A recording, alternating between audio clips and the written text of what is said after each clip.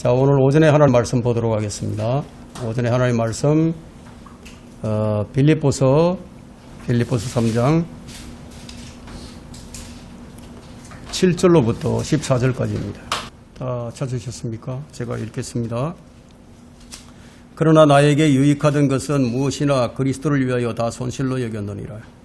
실로 모든 것을 손실로 여김은 그리스도 예수 나의 주를 아는 지식이 가장 고상하기 때문이며 내가 그를 위하여 모든 것을 잃어버리고 그것들을 오히려 배설물로 여김은 그리스도를 얻기 위함이요 또 그 안에서 발견되고자 함이니 나의 의는 율법에서 나온 것이 아니요 그리스도를 믿음으로 말미암아 나온 것이니 곧 믿음에 의하여 하나님께로부터 나온 의라. 이는 내가 그를 알고 그의 부활의 능력과 그의 고난의 교제를 알아 그의 죽음의 본을 따르려 함이며 어떻게 해서든지 죽은 자들의 부활에 이르려는 것이라. 내가 이미 이르렀다 함도 아니요 이미 온전해졌다 함도 아니라 다만 나는 붙잡으려고 쫓아갈 뿐이라. 나 역시 그것을 위하여 그리스도께 붙잡혀 예수께 붙잡혀 있노라. 형제들아 나는 내가 붙잡은 것으로 여기지 아니하노라. 다만 한 가지 일 즉 뒤에 있는 것은 잊어버리고 앞에 있는 것들에 손을 뻗쳐 그리스도 예수 안에서 하나님의 고귀한 부르심의 상을 위하여 그 표대를 향해 쫓아갈 뿐이라. 오늘 이 설교 제목은 그리스도를 얻기 위함이요 그리스도를 얻으려면 그런 제목으로 말씀을 전하도록 하겠습니다. 그리스도를 얻으려면.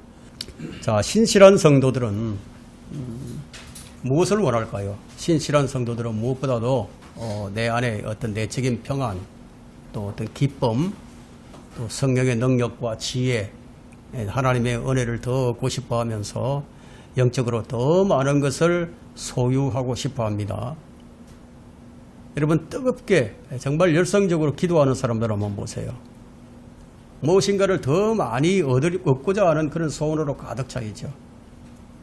은사를 사모한다거나 은혜를 사모하는 것은 아무런 문제가 없어요. 우리 은사를 사모해야 되고 은혜도 사모해야 됩니다. 그러나 오늘날의 성도들의 문제는 뭐냐 하면 샘을 곁에 두고 이 물병에 들어있는 이 물 외에는 마시지 못하는 것이 큰 문제입니다. 물병은 곧 물이 비어버리죠. 그러나 여러분 곁에 마르지 않는 샘이 있다면 어떻겠습니까? 자, 우리 주님께서는 그것을 우리에게 주시겠다 약속을 주셨어요. 누구든지 목마른 자도 목마르거든 내게로 와서 마시라.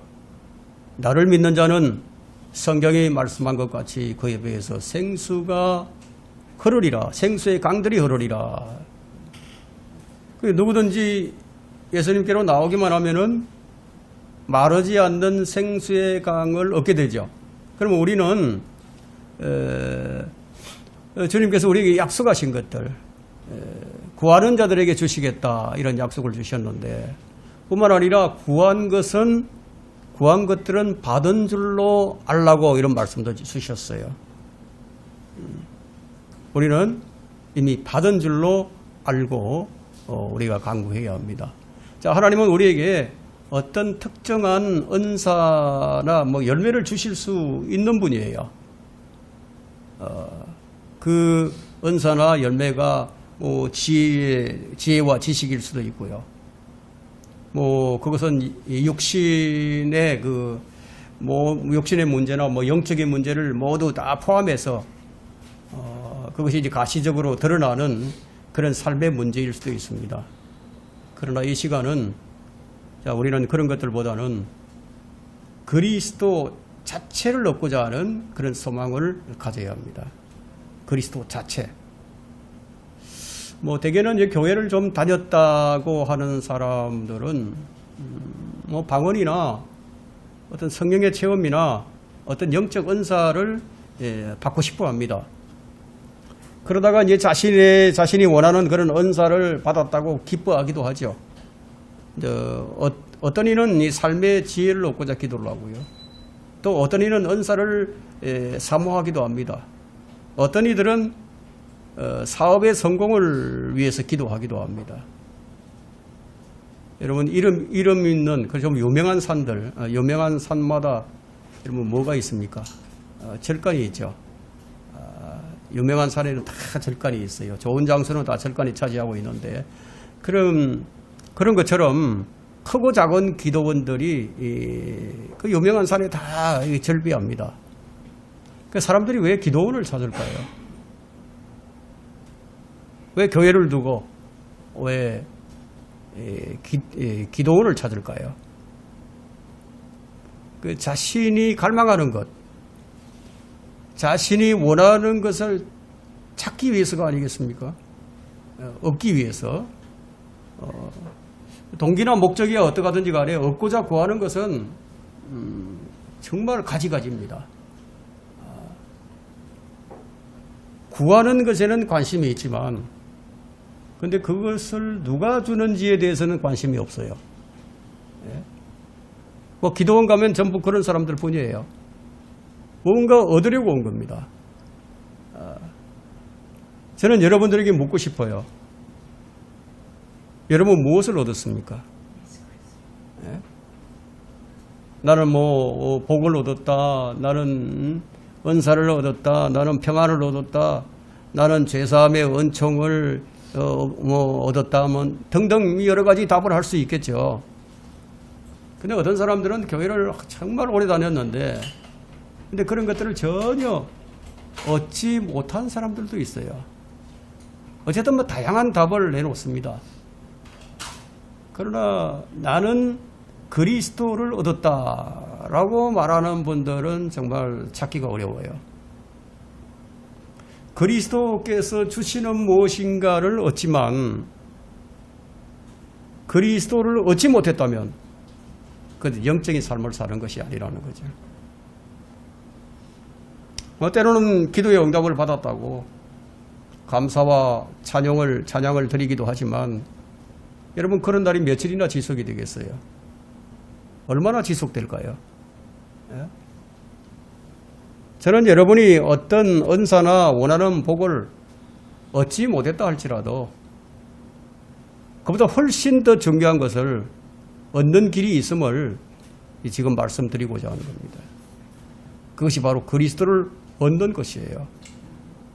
그리스도를 얻으려면 어떻게 해야 되느냐? 첫 번째,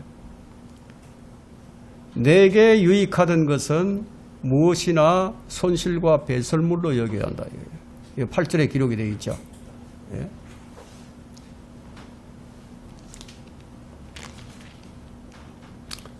자,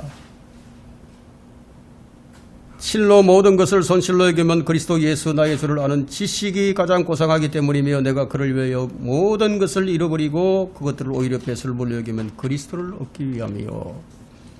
여기서 우리가 생각해 볼 문제는 바울이 그리스도를 얻기 위해서 자신의 모든 것들을 다 배설물로 여겼는데 그러면 바울이 그리스도를 얻지 못해서 그런 말을 한 것일까요? 바울은 이미 그리스도를 얻은 사람이에요.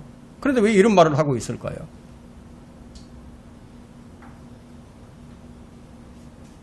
왜 바울이 그리스도를 얻기 위해서 노력을 한다고 지금 얘기를 하고 있을까요?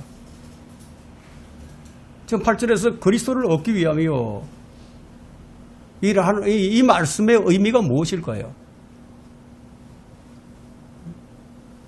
왜 그리스도를 잃어버려서 다시 그리스도를 얻기 위해서 노력을 하는 것일까요? 자, 분명한 것은요.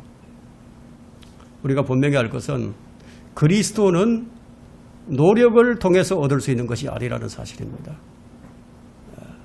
그리스도를 노력으로는 얻지 못해요.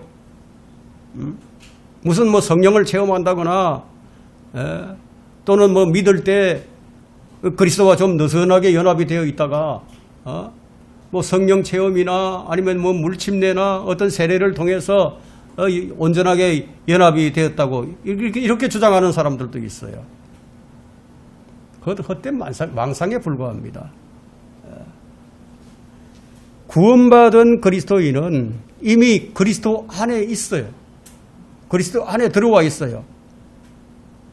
그리스도인은 이미 그분의 몸과 살과 그분의 뼈의 지체들이에요. 그리스도인은 그리스도와 지금 완전하게 연합이 되어 있어요. 그런데 8절에서 그리스도를 얻기 위함이요. 자, 이 말은 어떤 의미가 있느냐. 지금 9절에서부터 14절에 있는 미래에 있는 어떤 것들을 언급하는 겁니다. 즉 죽은 자들의 부활과 관계된 구원받은 이후에 어떤 것을 가리키는데, 우선 우리가 본문을 충분히 이해하기 위해서는 11절의 지식을 깨닫는 것이 필수라고 할 수 있겠습니다. 11절 한번 보세요. 어떻게 해서든지 죽은 자들의 부활에 이르려 하는 것이라. 어떻게 해서든지. 하지만 이 구절을 가지고 오해하는 사람들이 많이 있죠. 어떻게 해서든지 죽은 자들의 부활에 이르려는 것이라. 이 한 구절만 놓고 보면 노력하지 않으면은 부활을 할 수 없는 것으로 보여요. 그런데 부활은 노력으로 이루어지는 것이 아닙니다. 그럼 여기서 바울은 육체의 부활이나 휴거에 대한 사건을 언급하고 있는 것이 아님이 분명해진다는 거예요. 그죠? 예. 왜냐하면 구원받은 그리스도인에게는 휴거와 부활은 반드시 일어날 사건이기 때문에, 정해져 있는 사건이기 때문에, 구원받은 사람이 어디에 이르렀든 상관이 없이 이렇게 질 것이니까요. 그럼 휴거와 부활은요, 우리가 받게 될 상과 이 고귀한 부르심에 상관없이 그냥 반드시 일어난다는 거예요. 바울은 이방인 사도로서 고귀한 부르심을 받았어요. 그렇다면 만일 이 고귀한 부르심을 잘 수행을 한다면은 얻을 상이 있을 것이다. 그럼 이 상은 여러 가지의 종류로 이제 밸류관으로 주어지게 되는데, 이 상을 얻기 위해서는 구원받고 그리스도 안에 있어야 할 뿐만 아니라 자신의 생활에서 그리스도를 경험해야만 한다는 겁니다.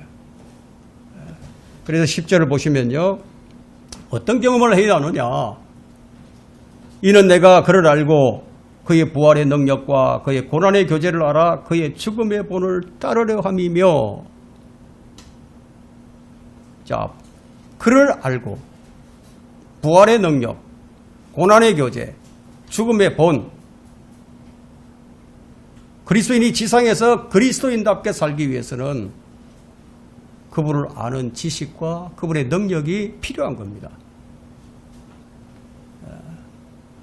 이 바울이 그의 죽음의 본을 따르려 함이며 라고 말한 것은, 이건 뭐 문자적인 십자가를 얘기하는 것이 아닙니다. 왜냐하면 바울은 십자가형을 받지 않았어요. 바울은 참수형을 당하고 죽었습니다.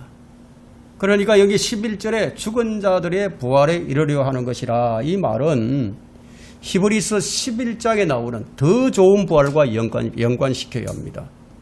더 좋은 부활에 이르기 위해서는 필수적인 것들이 있다는 거예요. 여러분이 그동안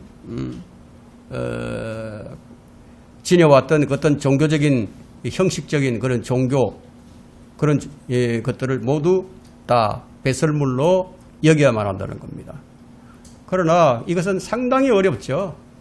여러분 자신이 평생 동안 배운 것을 배설물로 여겨야 하는데 그게 어디 쉽겠어요? 그 마음먹은 대로 쉽게 되겠습니까? 그러나 더 좋은 부활을 얻기 위해서는 버려야 한다는 겁니다. 빌립보서 3장은 그리스도를 얻는 방법이 제시되어 있습니다. 그리스도를 얻으려면 첫째, 개인적으로 그분을 알아야 한다는 거예요. 내가 그를 알고 개인적으로 알아야 한다. 그분을 아는 정도가 뭐냐? 그분의 부활의 능력을 알아야 하고, 그분의 고난의 교제가 무엇인지 알아야 하고, 그의 죽음의 본을 따르는 것이 포함이 되어 있어요. 그리스도를 얻는 두 번째 방법은 뭐냐? 계속해서 그리스도를 붙잡기 위해서 쫓아가야 한다고 지금 12절에 말씀하고 있죠. 그럼 그분을 붙잡기 위해서는 어떤 자세로 쫓아가야 하는가? 그것을 12절에서 기록을 합니다. 그 12절을 보면은 내가 이미 이르렀다 함도 아니요 이미 온전해졌다 함도 아니다. 이것이 그분을 붙잡기 위해서 가져야 할 우리의 태도예요. 내가 이르렀다 함도 아니다. 내가 온전해졌다 함도 아니다. 바울은 이미 그리스도께 붙잡혀 있는 사람이었어요. 자, 우리 구원받은 그리스도인들 모두는 딱 그리스도께 붙잡혀 있는 사람들이에요. 그런데 바울이 왜 여기서 이런 말을 하고 있을까요? 그것은 자랑이 아니라 주 앞에서의 겸손입니다. 그래서 바울은 나는 내가 붙잡은 것으로 여기지 아니하노라 라고 13절에 말하고 있는 겁니다. 자, 이것은 그리스도를 따르는 자들이 어떤 마음의 자세를 견지해야 할 것인가를 가르치고 있는 구절입니다. 자, 우리가 구원의 영원한 보장을 받았다고 해서 우리가 자기 마음대로 사는 게 아니잖아요. 더욱더 그 받은 구원을 빛내기 위해서는 이런 마음의 자세가 필요하다는 겁니다. 그래서 바울은 앞을 향해서 달려가는 경주자의 모습을 여기서 표현합니다. 뭐라고 얘기를 하고 있죠?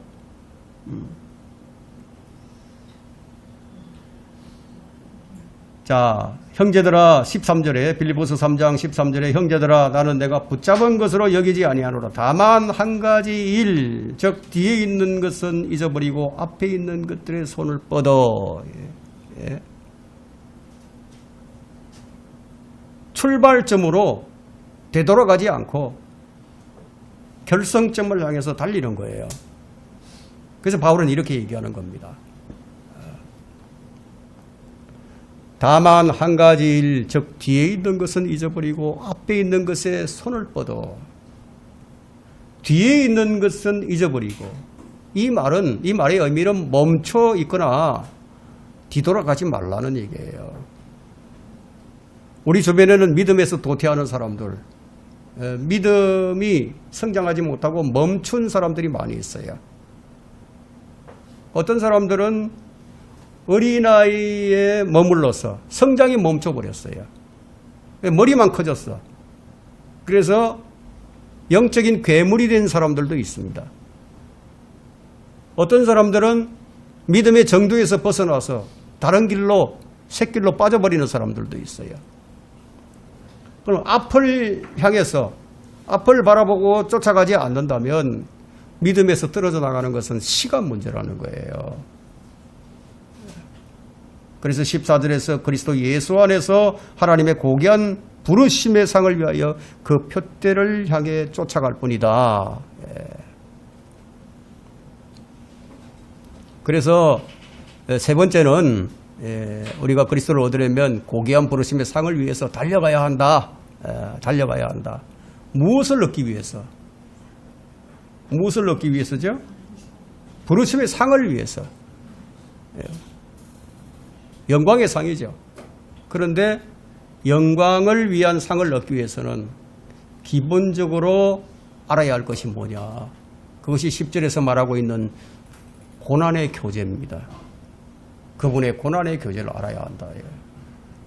이는 내가 그를 알고 그분의 부활의 능력과 그의 고난의 교제를 알아 그의 죽음의 본을 따르려 함이에요.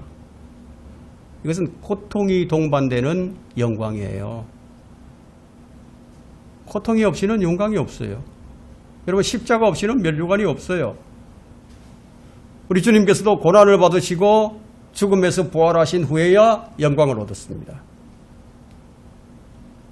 그래서 사도행전 2장 36절에서 베드로가 설교하기를 그러므로 이스라엘의 온 집이 분명히 알 것은, 알아야 할 것이 뭐냐, 그것을 말하고 있죠. 너희가 십자가에 못 박은 이 예수를 하나님께서 주와 그리스도가 되게 하신 것이라. 온 이스라엘이 알아야 할 것이 무엇입니까? 예수 그리스도를 하나님께서 주와 그리스도가 되게 하셨다. 유대인들이 십자가에 못 박은 예수를 하나님께서 주와 그리스도가 되게 하신 것을 그들은 알아야만 했다는 겁니다. 우리가 알아야 할 것은 무엇입니까? 우리가 알아야 할 것은 내가 그를 알고 그의 부활의 능력과 그의 고난의 교제를 알아 그의 죽음의 본을 따르려 함이며 바로 이것이죠. 바울이 지금 본문에서 말하고자 하는 것은 영광의 상이에요. 고귀한 부르심의 상, 이 상은 믿음의 경주에서 잘 달린 사람들에게 주어지는 상입니다. 예수님께서는 십자가의 승리로 영광을 얻으셨어요. 그분이 십자가로 무엇을 이기셨습니까? 그것을 골로새서 2장 15절에서 기록하고 있죠. 골로새서 2장 15절에서 정사들과 권세들을 벗겨내어 그것들을 공개적으로 나타내시고 십자가로 그들을 이기셨느니라. 여러분, 공중권세를 잡은 마귀, 어둠의 주관자들, 정사들과 권세들 다 그들의 정체를 폭로하시고 그들을 이기셨다. 그래서 로마서 8장 17절에서는 영광에 대하여 이렇게 말씀합니다. 우리가 그와 함께 고난받는 것은 함께 영광도 받게 하려 함이라. 고난이 없이는 영광이 없다. 참 우리 믿음의 생활이 고난의 연속이에요. 여러분, 기쁨의 연속이었으면 좋겠어요. 행복의 연속이었으면 좋겠어요. 그런데 그게 아니라 고난의 연속이다. 그래서 이건 좁은 길이죠. 넓은 길은 어떤 사람들이 찾습니까? 고난을 원치 않는 사람들이 찾는 거죠.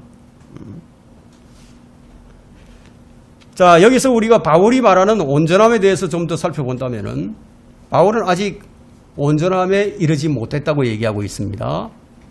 자, 지금 우리는 혼이 구원을 받았어요. 자, 영이 거듭났어요. 그렇지만 우리 몸은 아직 온전한 상태가 아니에요. 자, 우리의 몸의 온전함은 휴거 때 이루어진단 말이에요. 그런 의미에서 바울은 아직 온전함에 이르지 못한 상태입니다. 그래서 바울은 내가 이미 이르렀다 함도 아니요 이미 온전해졌다 함도 아니라, 이건 바울이 일부러 겸손한 것이 아니라 실제로 그렇다는 거예요. 실제로 이 사실을 아니까 겸손할 수밖에 없는 거죠. 지금 바울은 죽은 자들의 부활에 지금 초점을 맞추고 있습니다. 우리가 그리스도를 얻기 위해서 모든 것을 손실로 여겨야 하고 모든 것을 배설물로 여겨야 하는 또 다른 이유가 뭐냐? 그건 성경이 말하고 있는데, 또 다른 이유는 이 세상이 불태워지기 위해서 간소된 것들이기 때문에 정해져 있다. 하나님의 날이 오기를 고대하고 열망하라. 그때는 하늘들이 불에 타서 녹아버리고 우주의 모든 구성 요소들이 맹렬한 불에 녹아버릴 것이나 우리는 의가 거하는 새 하늘과 새 땅을 기다리도다. 베드로후서 3장 12절과 13절에 기록이 되어 있죠. 이런 까닭에 우리는 그리스도를 얻기 위해서 세상의 모든 것을 배설물로 여길 수가 있는 겁니다. 그럼 두 번째, 우리가 그리스도를 얻으려면은 예수 그리스도 나의 주를 아는 지식을 가장 고상하게 여겨야 합니다. 빌립보서 3장 8절에 말씀하고 있죠. 나의 주를 아는 지식이 가장 고상하기 때문이라. 바울은 그리스도를 아는 지식을 얻기 위해서 자신의 모든 것을 배설물로 여기고 그것들을 주를 위해서 잃어버렸어요. 다 버렸어요. 그럼 주를 아는 지식이 무엇입니까? 주를 아는 지식.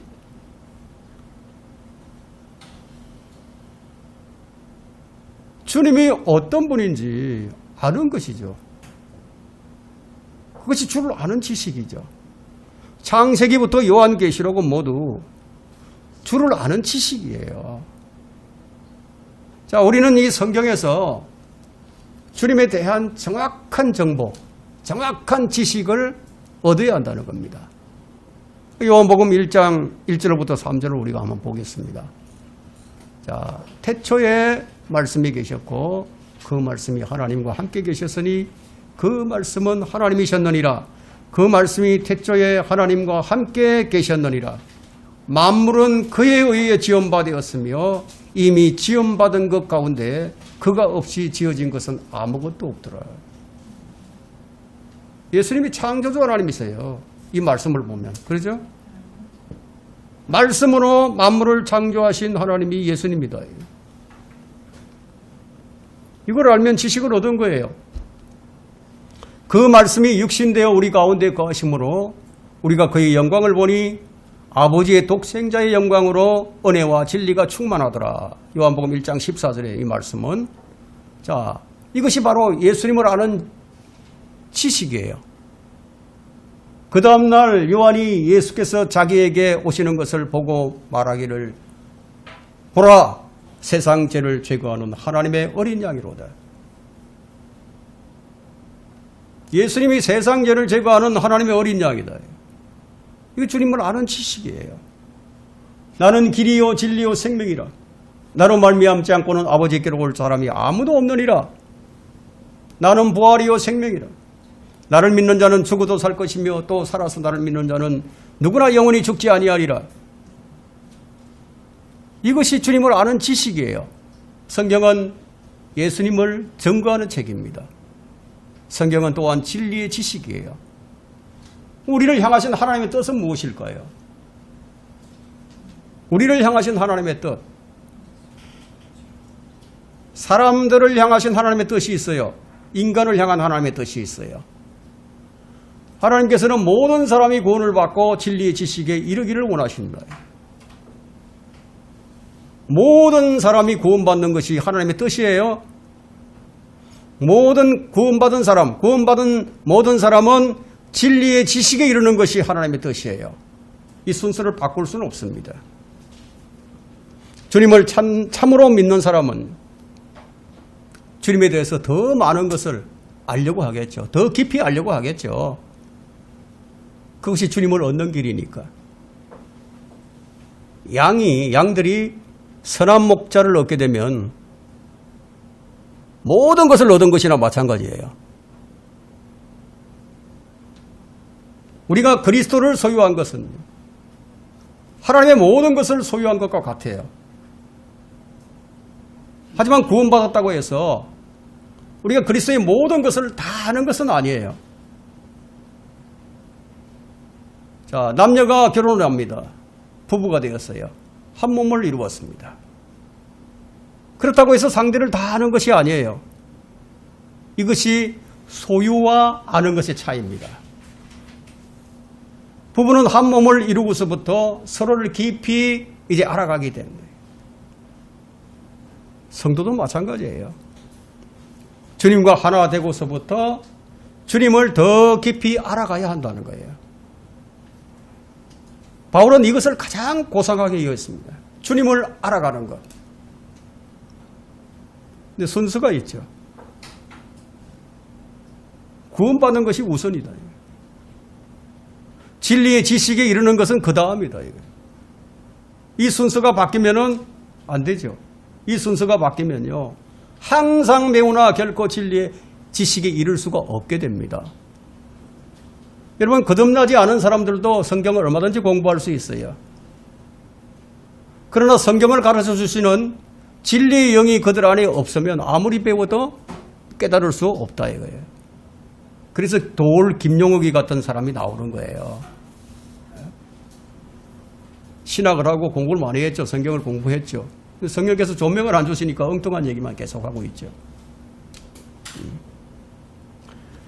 자, 왜냐하면 고린도전서 2장 11절에서 하나님의 일들은 하나님의 영이 아니면 아무도 모른다고 말씀합니다. 인간이 아무리 똑똑해도 IQ가 200, 300이 간다 하더라도 성경을 달달 외운다 하더라도 하나님의 영이 아니면 모른다는 거예요.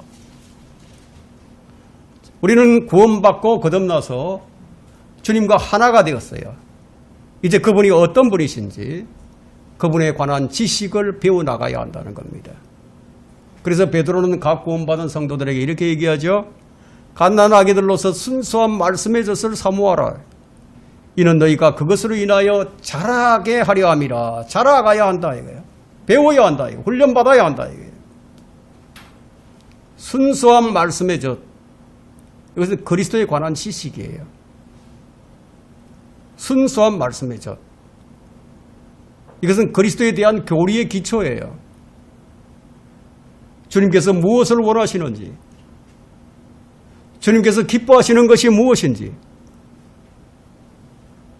그분의 계획은 어떠한지, 그분의 목적은 어떠한지. 자, 하나님께서 계획하신 청사진이 있어요. 그분이 직접 그리신 설계 도면이 있다 이거예요. 자, 우리는 그것을 알아야 하고 그것을 배워야 한답니다. 열성만 있어서는 안 돼요. 또 물론 열성도 있어야만 하지만 만일 우리가 그분에 대한 지식이 없다면 어떻게 그분이 원하는 바를 실행할 수 있겠습니까? 실행할 수가 없게 되죠. 그래서 그분에 대한 지식이 필요한 것이다. 바울이 이것을 가장 고상하게 여겼어요. 그러니까 우리는 우리가 해야 할 일이 있고요. 그분이 하시는 일이 있는데 이걸 두 가지를 잘 구분을 할 줄 알아야 합니다. 우리가 할 일이 있고 주님께서 하실 일이 있다. 또한 우리가 주님과 협력해서 할 일이 있어요. 자, 이런 일들이 있는데 우리가 주의 뜻을 잘 알지 못해서 주님께서 하실 일을 우리가 하려고 덤벼든다면 어떤 일이 벌어질까요?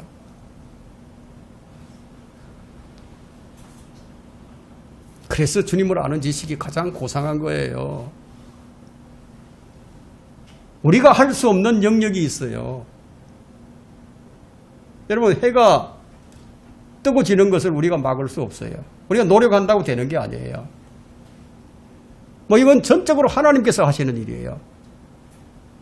그럼 우리가 하지 못하는 일들이지만 주님께서 도와주심으로 해서 할 수 있는 일들이 또 있어요. 자, 이것을 아는 것이 바로 그리스도 예수 나의 지식, 나의 주를 아는 지식이다. 한 가지 예를 든다면은 나는 믿음으로 고침을 받았다 라는 말과 나는 그리스도에 의해서 고침을 받았다 라는 말이 좀 비슷해 보여요. 그죠? 비슷해 보여요. 근데 결코 같지 않습니다. 믿음은 어떤 방법을 얘기하는 거예요. 믿음으로 하는 것은 by faith, how, 방법을 얘기한다. 방법에 관한 것이고 그리스도로 인하여, 그리스도로 말미암아, by Christ Jesus는요, 이 말은 who, 누구에 대한 것이죠. how와 who. 자, 우리는 믿음으로 말씀을 읽고 믿음으로 기도를 해요. 그러나 누가 없다면 그 믿음은 아무것도 아닌 거예요. 누가 더 중요한 거예요? 누가죠? who. 사람들은 그런데 언제나 방법을 찾죠. 누구를 찾는 대신에 방법을 찾아요. 사람들의 관심은 무엇일까요? how. 방법이에요. what. 그러나 성경은 방법보다는 누구를 제시한다. 누구. 내가 어떻게 병을 나을 것인가? 라는 질문과 누가 나의 병을 치료해 줄 수 있는가? 이 말은 서로 비슷해 보여도 같지 않아요. 방법과 무엇에 관심을 두기보다 누가 해 주실 것인가? 누가 하는 것인가? 예수 그리스도께서라는 답변으로 사는 것이 여러분 최상의 믿음의 삶이에요. 우리는 보통 병이 들면은 나를 고쳐주셔서 이렇게 기도를 하죠. 주님 나 좀 고쳐주세요. 근데 보통 우리는 그런 기도를 하지만 주를 위해서 나를 고쳐달라고는 얘기 잘 안 해요. 주를 위해서 나를 고쳐달라. 나를 고쳐주소서, 나를 고쳐주소서 이러는 것은 뭐 주를 위해서가 아니라 나를 위해서죠. 나를 위해서 고쳐달라는 거죠. 그럼 주를 위해서 나를 고쳐줘서 그럼 누구를 위해서입니까? 주를 위해서죠. 사람들은 주님께서 말씀하신 것을 잘 기억을 합니다. 어떤 말씀을 잘 기억할까요? 믿음이 너를 낫게 하였느니라. 잘 기억합니다. 예? 그래서 사람들이 주님보다는 믿음을 더 중시 여겼어요. 이것이 주객이 전도됐다. 누가 고쳐주셨는가? 누가? 주님이 더 중요하다 이거예요. 주님이. 사람들은 모두 이제 강한 믿음, 큰 믿음을 소유하고 싶어 합니다. 왜냐하면 성경에 이런 기록이 있으니까 산을 옮길 만한 믿음이 있으면 겨자씨 한 알만의 믿음이 있으면 산을 옮길 수도 있다. 이런 말씀이 있으니까 야, 이게 산을 옮길 만한 믿음이 있으면 무엇이든지 가능하다 이런 생각을 하죠. 그러나 그것이 누구를 위한 것인가를 생각하지 않는다.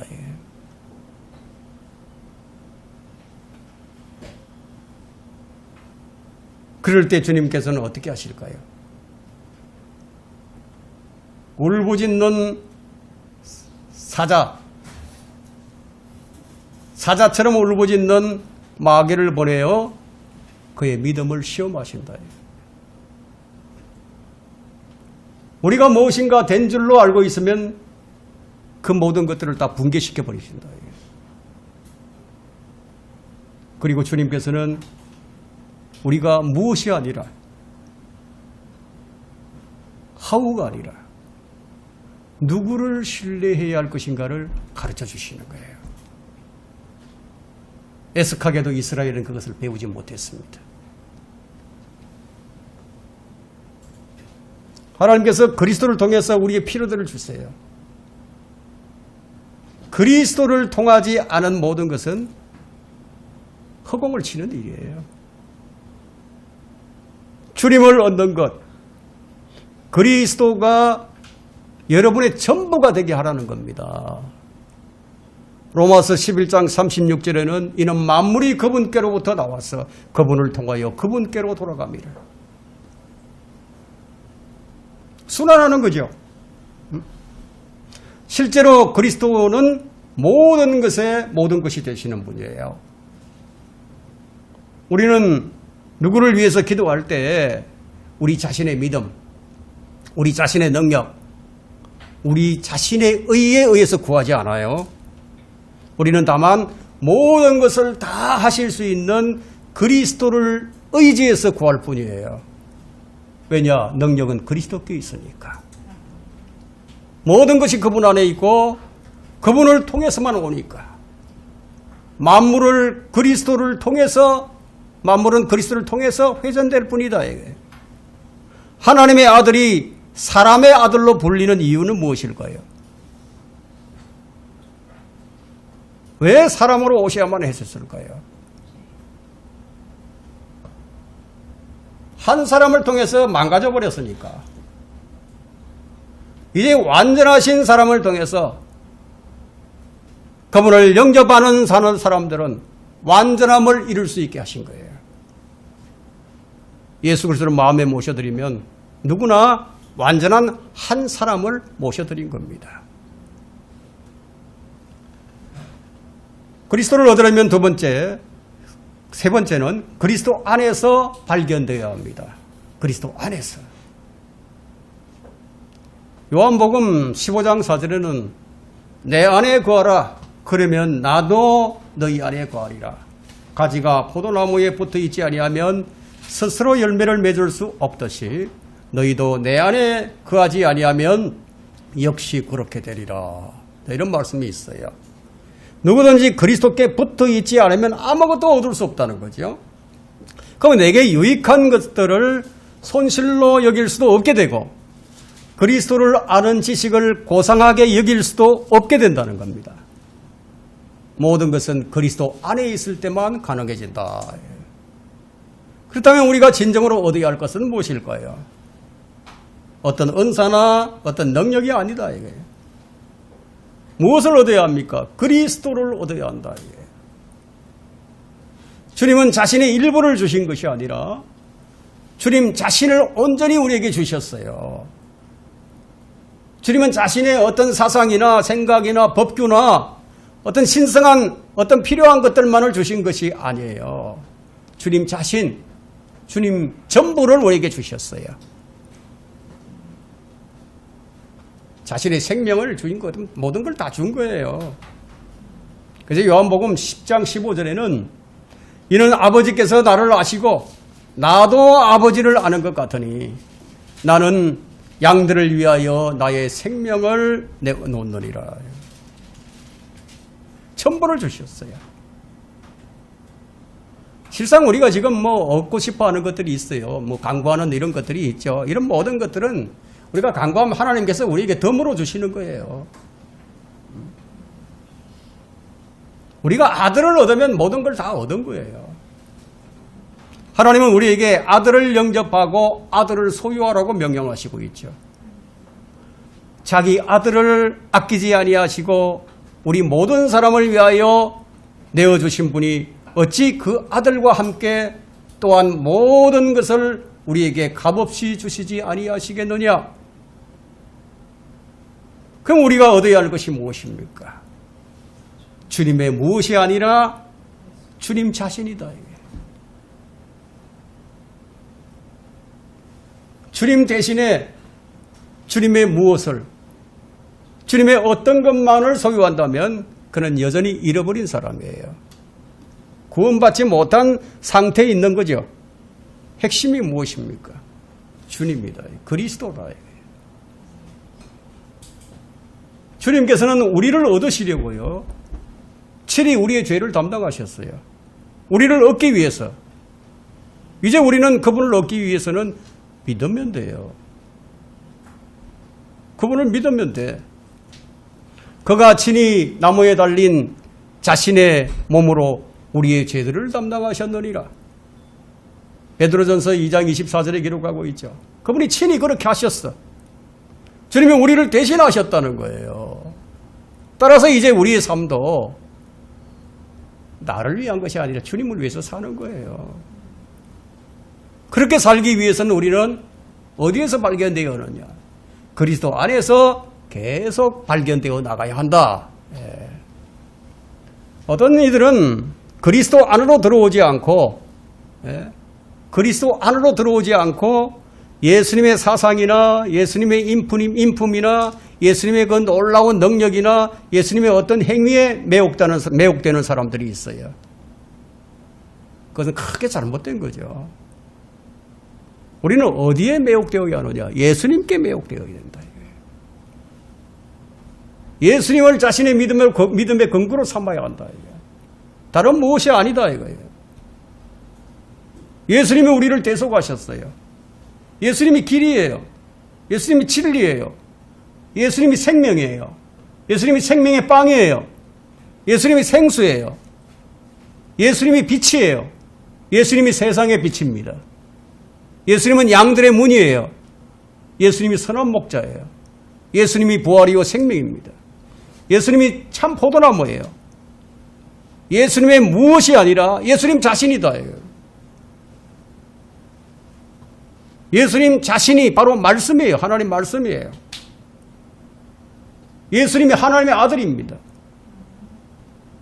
예수님이 교회의 머리예요. 여러분, 머리와 몸이 분리될 수 있어요?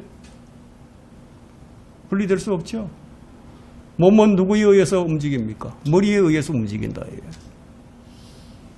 따라서 우리 그리스도인의 전부는 그리스도다. 제가 감리교를 다녔을 때요, 믿음으로 살아보려고, 이렇게 살아서는 안 되겠다. 참 믿음으로 한번 살아야 되겠다. 그래서 기도원을 찾았어요.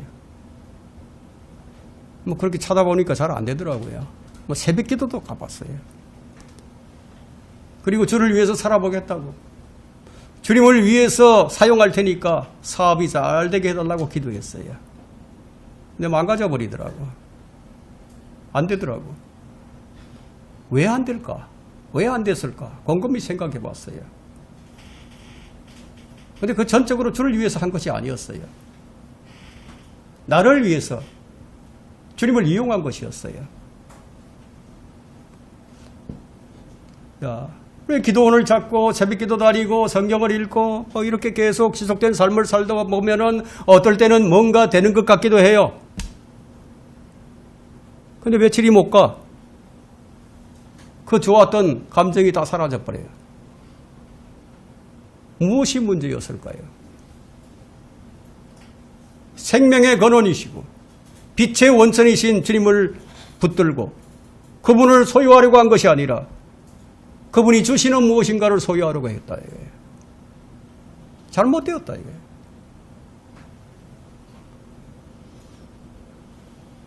저는 주님의 평안과 주님의 기쁨과 주님의 사랑에 대해서 설교하고 가르칩니다. 여러분은 그런 것 안에, 그런 것이 내 안에 지금 소유하고 있다고 믿고 있을 거예요. 여러분 안에 강같이 평안이 흐른다고 생각하겠죠? 주님 주신 기쁨이 넘친다고 생각을 하겠죠? 그러나 때로는 그것을 소유하고 있지 못한 자신을 발견할 수 있을 거예요. 때로는 헌신을 표명할 수 없는 자신을 발견하면서 어떨 때는 적잖이 당황하기도 할 거예요. 주님이 주시는 기쁨을 추구하기도 했지만 주님 주신 기쁨을 그거 기쁨으로 삼지 못하기 때문에 나타나는 현상이다. 이게. 우리에게 결핍과 부족, 주님을 소유함으로 해결이 됩니다. 왜냐하면 여러분 골로새서 2장 3절을 보시면 주님 안에는 모든 지혜와 지식의 보화가 감춰져 있기 때문이라고 말씀합니다. 감춰져 있다. 여러분 이건 비밀이 아니에요. 감춰져 있다고 해서 비밀이 아니에요. 여러분 보물찾기 놀이 해보세요. 네, 보물 숨겨놓잖아요. 다 숨겨놨지. 그게 비밀입니까? 네. 여러분 생각해보세요. 그리스도의 능력, 그리스도의 지혜를 얻기보다는 그리스도를 능력으로, 그리스도를 지혜로 삼는 것이 더 좋지 않겠어요? 왜냐하면 성경이 그렇게 말씀하고 있으니까. 고린도전서 1장 24절에서 그리스도는 하나님의 능력이요 하나님의 지혜다.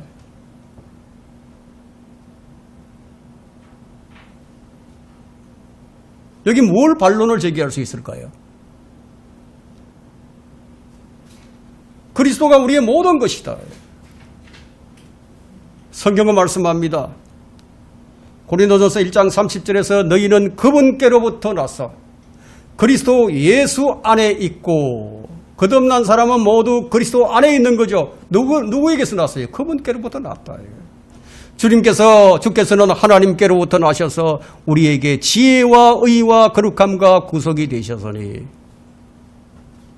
이처럼 주님을 얻으면 모든 것을 다 얻은 것이다. 주님 안에는 우리 삶에 필요한 모든 것이 다 들어있어요. 그분을 통해서 힘을 공급받고 그분을 통해서 생명을 공급받고 우리의 육체적 물리적인 이 생명은 어떤 자원에서 나오는 것이 아니라 주님에게서 나온 것이다. 따라서 우리가 예수 그리스도를 얻는다는 것은 단지 믿는다는 차원이 아니에요. 여러분 우리의 생명이 바뀌어버린 것이다. 생명이 바뀌어버렸어요. 주님이 이제 우리의 생명이 되셨어요. 옛 생명에서 새 생명으로 전환이 됐어요. 여러분 차를 보세요. 차 엔진을 탁 바꾸는 것처럼 우리의 생명도 새 생명으로 탁 바꿔주셨어요. 주님을 영접함으로써 우리의 영과 혼과 몸의 필요들을 그분 안에서 이제 쓰게 되었다. 하지만 실제로 해결되지 않는 부분들이 있다. 실제로 해결이 안 되는 부분들이 있어. 어떨 때는 주님의 은혜로 기쁨이 넘쳐서 자, 이게 내가 선교하는 일도 참 어렵지 않겠다 이런 생각을 하다가도 또 어떨 때는 급격히 침체되었어요. 마치 우울병에 걸린 것처럼 힘이 없고 삶에 의욕도 없을 때가 들어있을 거예요. 무엇 때문일까요? 오늘 그것에 대해서 제가 설교를 하고 있는 겁니다.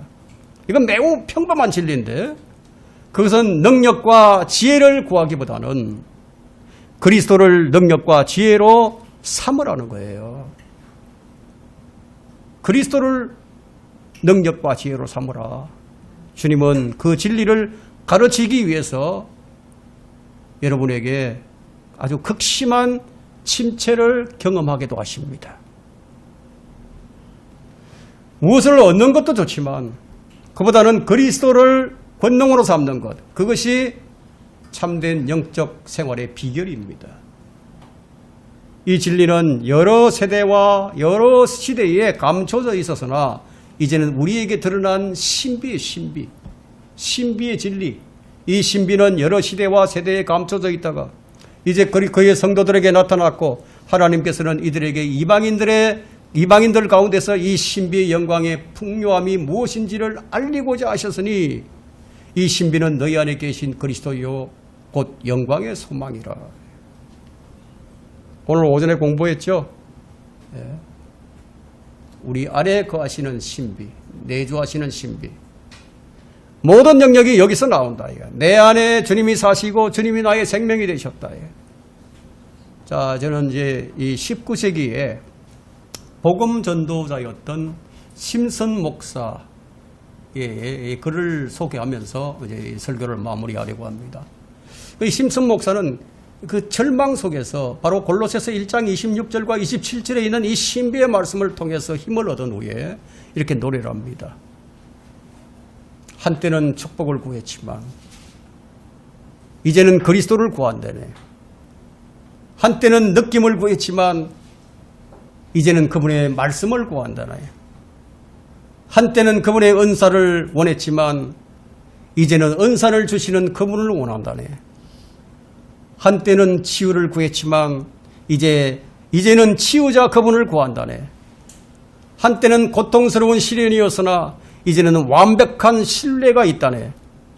한때는 반쪽 구원이었으나 이제는 완전한 구원이라네.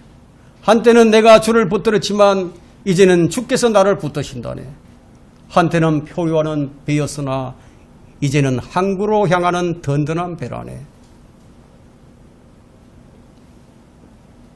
어떻습니까? 이 심슨 목사의 고백이. 우리는 이미 주님이 우리의 힘이시요 방패시요 산성이시요 요새요 망대요 모든 것이 되심을 다 알아요. 그러나 우리가 무엇을 구하고 있는지 여러분 자신을 한번 들여다보시길 바랍니다. 시편의 다윗은요, 주님께 방패를 달라고 구한 것이 아니라 방패이신 주님을 신뢰했고요, 주님만을 바라보는 믿음을 우리에게 보여주었습니다. 주님은 우리에게 상급을 주시는 분이시지만 가장 큰 보상은 주님 자신을 아브라함에게 가르치셨던 것처럼 우리에게 역시 그것을 가르치고 계십니다. 주님을 잃어버리면 모든 것을 잃어버리는 겁니다. 주님을 얻으면 모든 것을 다 얻는 것입니다.